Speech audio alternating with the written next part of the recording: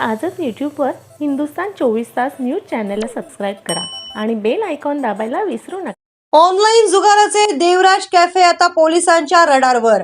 पनवेल परिमंडळ 3 ची धडक कारवाई, लाखोंचा माल जप्त। तळोजा औद्योगिक वसाहतीमधील तोंडरे फाटा येथील देवराज कॅफे आता ऑनलाईन जुगार अड्ड्यामुळे चर्चेत आला आहे। पनवेल परिमंडळ 3 चे पोलीस उपायुक्त प्रशांत मोहिते यांच्या नेतृत्वाखालील विशेष पथकाने या कॅफेवर धाड टाकून जुगाराचा पर्दाफाश केला आहे। या कारवाईत पोलिसांनी जुगारासाठी वापरले जाणारे 2,81,000 रुपयांचे साहित्य जप्त केले असून कॅफे मालकासह चौघांविरुद्ध गुन्हा दाखल केला आहे।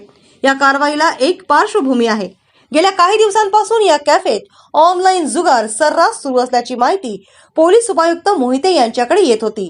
अनेकांचे संसार या जुगारामुळे उद्ध्वस्त झाल्याच्या तक्रारीही त्यांच्यापर्यंत पोहोचल्या होत्या। या गंभीर तक्रारींची दखल घेत मोहिते यांनी तात्काळ पावले उचलली।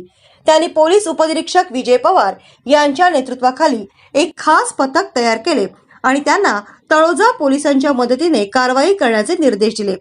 या आदेशानुसार विजय पवार यांच्या पथकाने तळोजा पोलीस ठाण्याचे उपनिरीक्षक ज्ञानोबा धुलगंडे, सिद्धेश शिंदे आणि पोलीस नाईक अभय सांगळे यांना सोबत घेऊन देवराज कॅफेवर छापा टाकला। यावेळी कॅफेमध्ये ऑनलाईन जुगार सुरू असल्याचे निदर्शनास आले। पोलिसांनी तत्काळ जुगाराचे सर्व साहित्य जप्त केले। या प्रकरणी पोलिसांनी कॅफेचा मालक रुपेश राघव पाटील, अनंता भरत आदईकर, रवी चंदू पवार आणि दत्तू खंडू ढोंगरे यांच्या विरोधात महाराष्ट्र जुगार प्रतिबंधक कायदा कलम 4 व 5 नुसार गुन्हा नोंदवला आहे।